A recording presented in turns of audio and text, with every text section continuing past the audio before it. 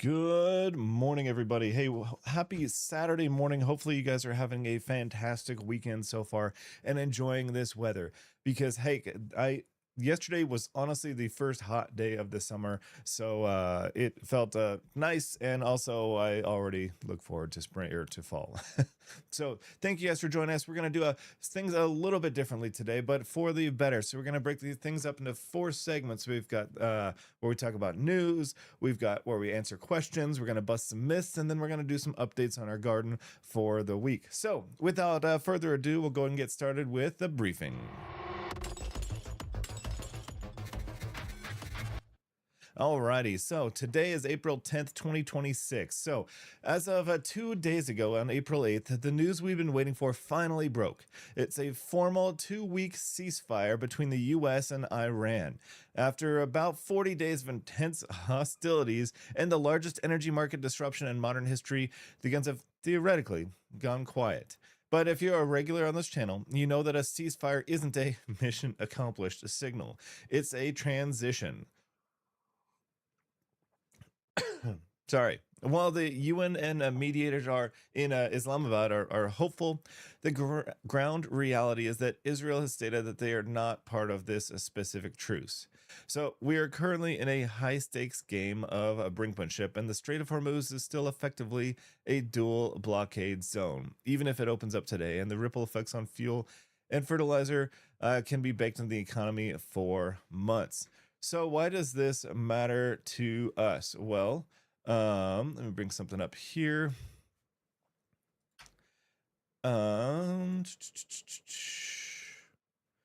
right, and that leads us to our stories for this week. So, sorry. So, first of all, we're going to talk about fertilizer prices. And that does make a big difference about us, because if fertilizer prices stay at these projected levels, then grain prices will follow. And so the big thing is here is we need to make sure that if this does happen, if the fertilizer prices continue to rise, that we have stockpiles of everything else. So fertilizer prices can cause a lot of other things to go up, because it causes our food prices to go up, right? That is a big one. If our food prices go up, then everything else goes up, gas goes up, everything. So, or vice versa. Gas prices go up, food goes up, or both, really. So we need to be aware of this with our food, with the fertilizer prices going up by they expect about 31% is what this says. So that's a big deal, right? We should be super concerned about a big deal, so about that. So this, yeah. Now, if the tankers do start moving, like in the Strait of Hormuz tomorrow, then there's a huge backlog of 2,000 ships. So that's just a huge logistical nightmare. So you're going to expect to see out of stock notices on technical gear, poultry supplies, and other stuff throughout the summer. So that's a potential problem. Now, talk about this. So we talked about Iran. They are doing there's some self-defense strikes in the Strait of Hormuz, right? But the ceasefire is still theoretically holding. Now, the one thing in addition to this that I did want to talk about here is water supplies, right? Because we're always concerned about water supplies and having good drinkable water here at home. Well, so that's going to be a problem in some areas. So Denver is now in a stage 1 drought, right? That's a huge deal. Their water supply system serves 1.5 million people, and so they just announced as of like a month or so ago a stage 1 drought, and it's only getting worse. So what we can expect, and why does this matter to all of the rest of us? Well, if you look here, Denver's water collection system snowpack as of May 4th, it remained at the lowest level observed in the last 40 years. So that's going to trickle down to everywhere else, right? Especially here in Southern California. If they have less snowfall up there, less snow runoff, right? It's going to create less water here. And so if we look at something like the Lake Mead up in Las Vegas, that is at record lows, and it's only going down. And so that's going to cause a ton of problems in the future for people.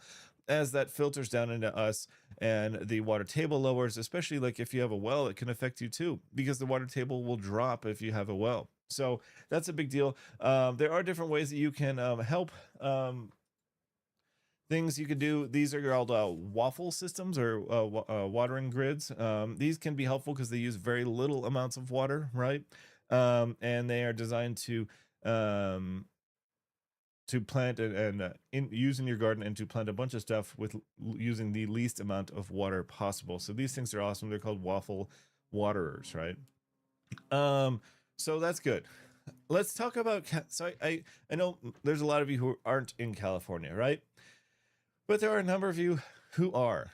And so I wanted to talk about AB 518. So AB 518 is just something that passed in California. And I think this matters a little bit to us because it talks about low impact camping. And what that means is it allows, say you have like 20 acres on your property, right? And you want to have people camp on your property, and you want them to pay you for it, right? That used to not be allowed, and now it is. And so with this law, you can have campsites on your property. You can go to campsites that are on other people's properties. And so like it says here, common sense framework that expands outdoor access and helps rural communities thrive and ensure nature is enjoyed responsibly. So that's super cool. The only reason I mention this is because it's coming up on summer, and so this is kind of a cool bill that was released last year, but we didn't have this last summer during camping season. So I highly recommend at least check it out, because that'll play a factor. The other story, second last story I wanted to talk about today, is AB 411. So this will matter if you have cows, right? And we don't, so I've never had to deal with this in all fairness. But if you've had cows, you know that there's some issues with if you want to compost the dead body of the cow, right? And health code and whatnot, if you actually care about it, which I know I personally don't. But this, makes it legal now that you can compost your own your own animals, and they do have a limit. It's like 40, I think, per 40 per year, assuming a 90-day compost cycle. So hey, cool, government's on board with that. That's awesome. So just those are, I mean, there's honestly, outside of the Iran stories, there's not a whole lot going on. We really need to, as homesteaders and preppers, be ready, right? Because if we lose water, if the war continues and the prices go up, if fertilizer goes up and food prices go up, if we lose water, like all of these different things, we have to be prepared for that. We need to not be scared, but we need to be prepared, right? And so making sure we have a source for water if we need it, making sure we have some backup food supplies in the meantime, and having a large garden. And so we're going to talk about a lot of gardening stuff today, and as we get through the segments. Yeah, so that is the briefing for today. It's our first segment. So as we move on, we'll go to our next segment, which is the comms check. So here on this segment on the show, we're going to talk about questions and answers. So if you guys are watching and you have questions, go ahead and put them in the comments, and we'll try and answer them as best as we can during this segment. If you're watching this after the fact, especially. So one of the questions that we get a lot or recently is people asking about ham radio stuff, right? This is something that's fairly new to me, but they asking, well, hey, I'd like to get started, but they don't know what to get started in. And so I would recommend, and I always do, something as simple as the Bofang UV5R. Let me see if I can bring this up on Amazon, because they're a great tiny radio that just works super well. Bofang UV5R Mini. So that works super well, and they're fairly inexpensive altogether. So here is a good option for one. This is a Bofang UV5R Mini. And there's two of them in here. So this is exact kind of like what I have here, and it's $37 for both. And what this is going to do is give you practice. It'll help you learn about tones and repeaters, all sorts of stuff, and it'll help you learn and grow. And yes, eventually you will want something bigger, something excuse me, more powerful, but this is a great one to get started. So for people who've asked if you want to get started in ham radio stuff, this is a good one to get started with because they're super inexpensive and for what they are. So I highly recommend that. If you want to get something bigger, better, I don't know yet because these I only have handheld radios at the moment, but that is that. So yeah. So any questions, please put them in the comments. I'd be glad to help you and glad to answer any questions whatsoever. But along with these radios and things that we've talked about on the channel, we go through a lot of news stories, right? And I wanted to talk about one last news story here, and that is, and it's on Ground News. Ground News is a website that we use that talks a lot about the different sources, talks about the validity, and where they come from, left, right leaning. They're a huge sponsor of this show, so I want to make sure you guys hear about them as well. The news is divided. Ground News puts it back together, so you can see how many sources are reporting on any breaking story, where they fall on the political spectrum, how reliable they are, and who owns them. Compare headlines and read full articles to see which details are prioritized, exaggerated, or left out entirely. Because the more we understand the media, the more we'll understand each other. Visit ground.news to learn more. All right. So with that being said, Ground News, we have our next stories that are on Ground News, and that is about hantavirus. I don't know if you guys have heard things about hantavirus, but this just came up recently, and I wanted to make sure because I forgot to talk about it in the briefing. So hantavirus, there's an outbreak on a passenger ship recently, and so people are freaking out about it, and I think certain groups are freaking out and certain groups are just like, no, yeah, whatever, right? And I'm in the second, but I just wanted to talk about it so people can understand and not like get too concerned. So hantavirus, it was a they did have a bunch come out, but it was mainly focused on a passenger ship. I don't know where it was at. There were a few people who died, but it's nothing to freak out about because it's localized to a ship, right? And then I did see this other article that said, it's not likely to be the next pandemic, which is, yeah, good. I know if you're like me and you're like our family and people, friends and family we work with and talk with a lot, we're not super concerned. Okay, it comes in a pandemic, whatever. We're not wearing masks again. Sorry. That's just how it goes. We're not doing this again. We're not going through this whole thing all over again because we know how it ends, and we were right the whole time. So anyway, I wanted to make sure to talk about that because I totally forgot to cover that earlier, and go through that. But like Ground News is great. Hantavirus, whatever. I wouldn't be concerned about it. You keep an eye on it over the next few weeks. But I wouldn't be worried in the slightest about it. So next segment that we're gonna roll into here, and if you do have any questions or anything, please bring them up. But we're gonna roll into fact or farm fiction. Alrighty. Wow, I totally did not intend for that to come up there. The upper third, I guess.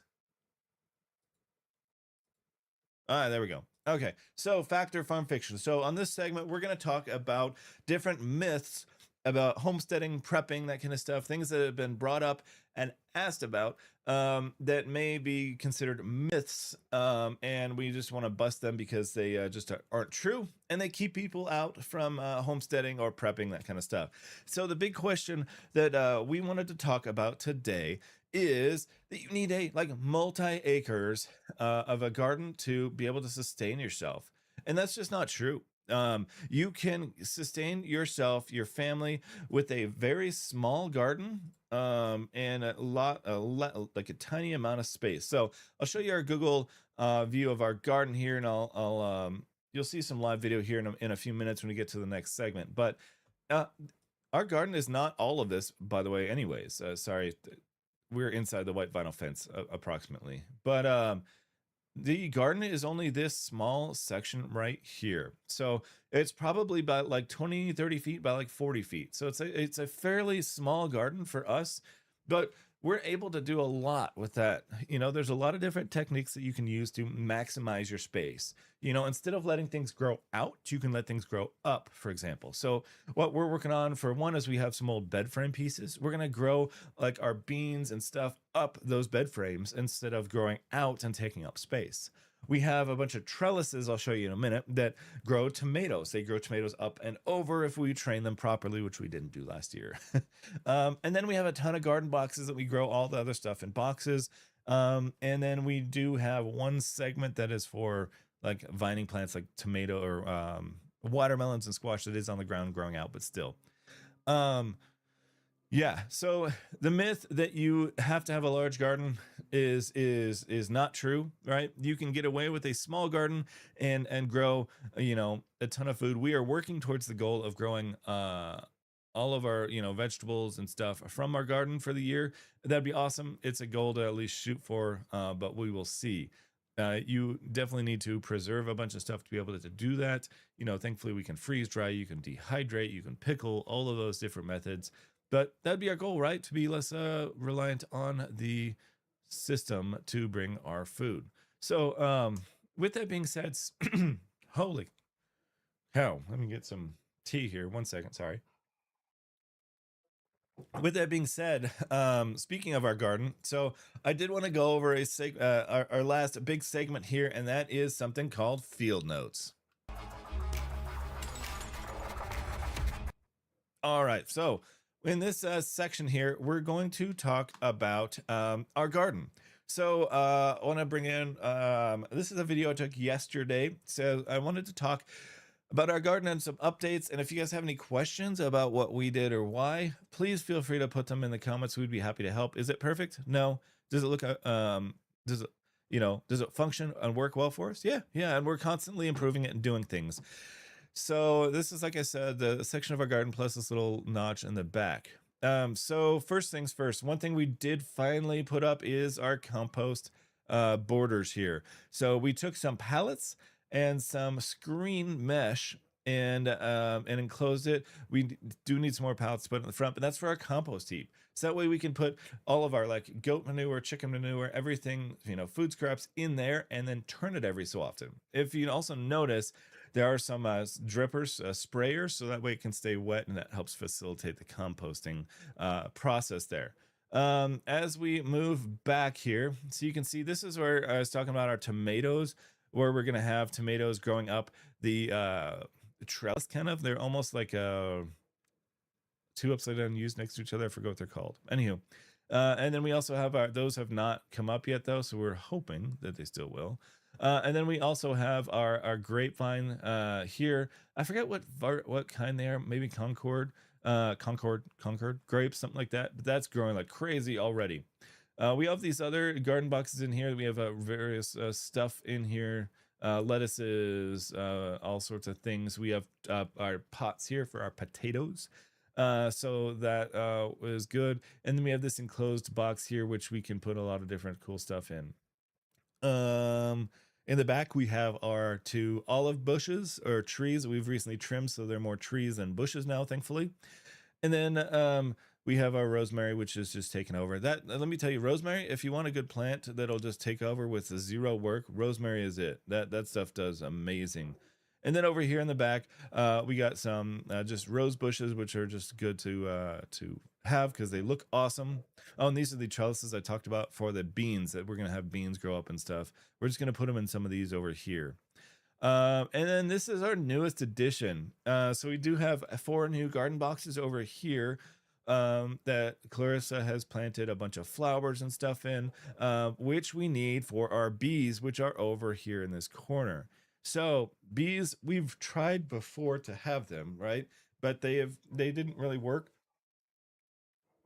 for us in the past because we didn't have all of the flowers and everything and the pollen that they needed to survive. Now we have all of this garden over, throughout the garden, and they're going to thrive and do well in all of the, with all of these, the flowering stuff here. So we're super excited about that. We've checked on them a couple of times now, and we're looking forward to seeing how well they do and how well they thrive over the summer here. There's 5 frames in there, and we got 5 empty frames put in, so we can have them expand to that, and then we can try and even split the hive here in a few months.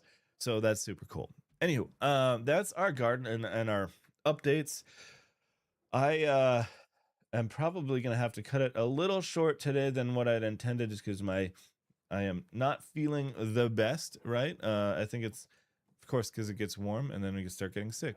But um yeah, so this is basically the new format. We're gonna fill it up with more stuff as we get it. If you have any comments, things you want to talk about, any myths, any questions, please put them in the comments. I want to answer them and help you guys out. I want this to be a community where we help each other to grow as homesteaders and preppers and gardeners and animal tenders, all sorts of stuff. I want us to work together to make each other better and improve all the time. So please comment and let me know any questions or issues you have, and I'd be glad to try and help you with that on these shows.